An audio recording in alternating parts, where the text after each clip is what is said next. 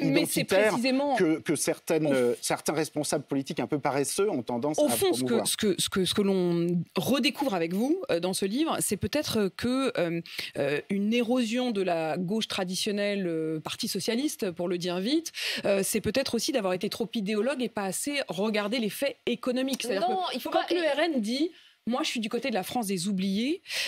On dirait qu'elle a lu votre livre. Enfin, si je peux me permettre. Je pense qu'il y a deux choses. D'une part, il y a le discours et d'autre part, il y a les faits. Ce dont souffre la gauche aujourd'hui, c'est surtout d'avoir été au pouvoir quasiment la moitié du temps au cours des 40 dernières années.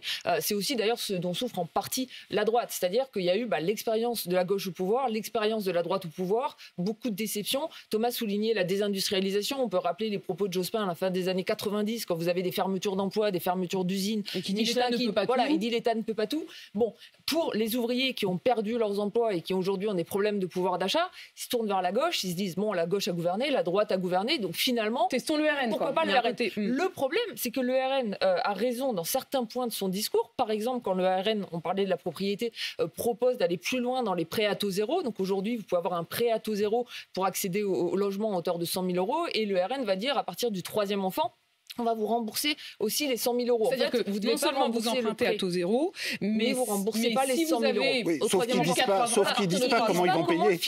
Et c'est ça, c'est ça quand même le vrai discours, parce que Marine Le Pen nous dit j'ai compris vos aspirations, sauf que nous, si on regarde... Et elle veut supprimer l'impôt sur la fortune immobilière des gens qui ont plusieurs millions d'euros, par exemple avec le château de Saint-Cloud comme elle-même. Donc, si vous voulez, c'est là qu'il y a une incohérence dans le RN qu'il faut quand même... Alors vous proposez carrément de mettre en place un héritage minimum, parce qu'il y a aussi des solutions, il n'y a pas que les faits dans votre livre, un héritage minimum pour tous à 25 ans.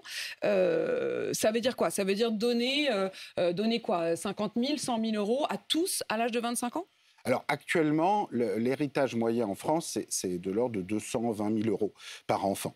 Chacun reçoit au cours de sa vie environ 220 000 € en moyenne d'héritage. Sauf que les 50% des enfants les plus pauvres vont recevoir en moyenne 10 000 €, donc presque rien, et les 10% des enfants les plus riches vont recevoir 1 million d'euros.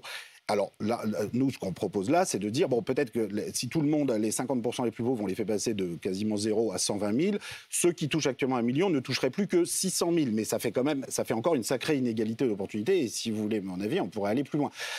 Après, est-ce qu'on va le faire tout de suite? Nous, on ne dit pas du tout. Vous savez, il y a une chose qui est l'analyse rétrospective des programmes politiques et l'autre qui est l'avenir. Si c'était simple, ça se saurait. Donc, mais comme perspective, vous l'avez dit, cette question de la propriété, en fait, c'est une aspiration à l'émancipation qui existe depuis la Révolution française. Le paysan, il veut arrêter de travailler pour son seigneur ou pour le monastère, il veut travailler pour lui avec sa terre. Aujourd'hui, la personne veut posséder son logement, posséder sa petite entreprise. C'est une façon de pouvoir se projeter dans l'avenir, de pouvoir avoir des projets, de ne pas être obligé d'accepter n'importe quel travail, n'importe quel salaire pour payer sa loyer. C'est l'émancipation. Et donc, si on n'a pas des perspectives comme ça, à long terme, qui ne vont pas se faire du jour au lendemain. Mais vous savez, le système de protection sociale qu'on a aujourd'hui, de santé et d'éducation, qui représente au total presque 50% du revenu national, est redistribué sous forme d'assurance maladie, d'éducation, de retraite.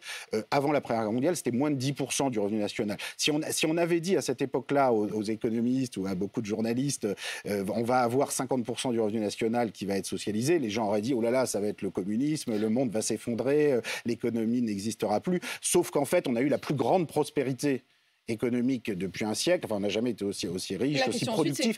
Et donc, ça ne va pas s'arrêter là. C'est ça le message du livre, c'est que ce processus de transformation économique vers finalement davantage d'égalité qu'on observe dans le long terme, il va continuer au XXIe siècle. Et c'est là-dessus dont le débat politique devrait parler. Et vous imaginez d'ailleurs un retour au bipartisme, c'est-à-dire qu'aujourd'hui, il y a 3 grands camps, en gros, le macronisme au milieu, et puis un bloc de droite jusqu'à l'extrême droite, un bloc de gauche jusqu'à l'extrême gauche, et vous dites on pourrait revenir à un véritable clivage droite-gauche. Une des choses qu'on montre, c'est la fragilité du socle électoral du macronisme. Donc si vous regardez aujourd'hui le socle électoral du macronisme, et vous le mentionnez tout à l'heure, on va montrer que c'est le vote le plus bourgeois de l'histoire. Donc en fait, on fait quelque chose de très très simple, on prend l'ensemble des 36 000 communes françaises, on les classe en fonction de leurs revenus.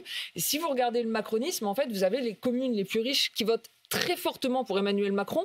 Alors c'est quelque chose qu'on a déjà vu tout en haut de la distribution des revenus pour des votes de droite comme Balladur, Chirac, Sarkozy.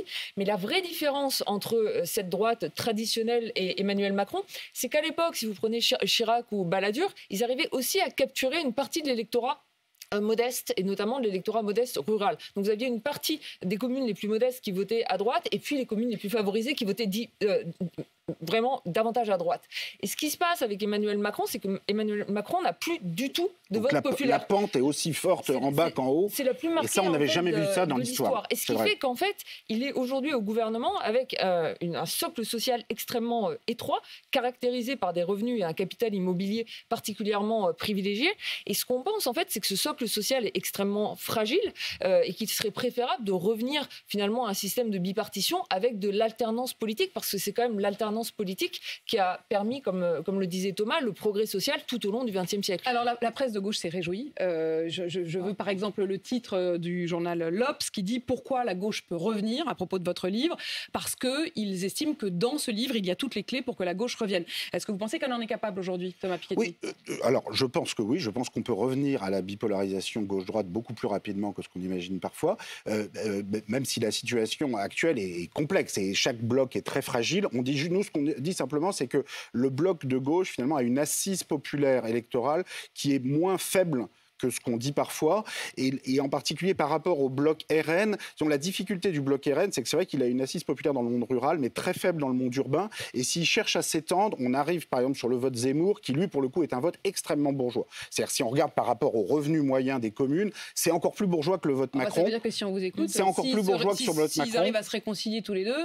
Oui, mais ce sera forcément sur un programme plus libéral. Voilà, c'est ça tout le truc. Et c'est ça qui nous ramène sur un clivage gauche-droite. C'est-à-dire qu'on pense qu'en fait, la façon logique dont peut évoluer le bloc RN, Zemmour, LR et une partie du bloc Macron actuel, c'est plutôt sur une ligne, disons, libérale nationale, par rapport à un bloc de gauche plus social et écologique. Mais je veux dire clairement que nous, on pense qu'on vote plutôt à gauche, c'est vrai, mais on ne dit pas du tout que la gauche devrait être au pouvoir tout le temps. C'est-à-dire, nous, on croit d'abord dans l'alternance démocratique. C'est-à-dire, pourquoi on croit dans la bipolarisation gauche-droite ? Parce que ça a permis historiquement des alternances au pouvoir. Et c'est de ça dont on a besoin. Parce que chacun des camps, finalement, a des imperfections. C'est compliqué, le pouvoir, pour la gauche comme pour la droite. Et si, historiquement, au cours du XXe siècle, on a réussi à construire un système éducatif, un système de sécurité sociale, un système d'infrastructure qui, malgré toutes ces imperfections par rapport à d'autres pays du monde, est quand même pas si mal que ça, c'est parce qu'on a eu cette possibilité d'alternance démocratique. Et aujourd'hui... Avec aujourd'hui, la déception, oui, encore une fois, oui, alors aujourd'hui, c'est pire que tout. Si vous voulez, la participation électorale, elle est tombée en dessous de 50% aux dernières élections. Donc si la tripartition voulait dire une plus grande diversité de l'offre politique. Les gens devraient se précipiter.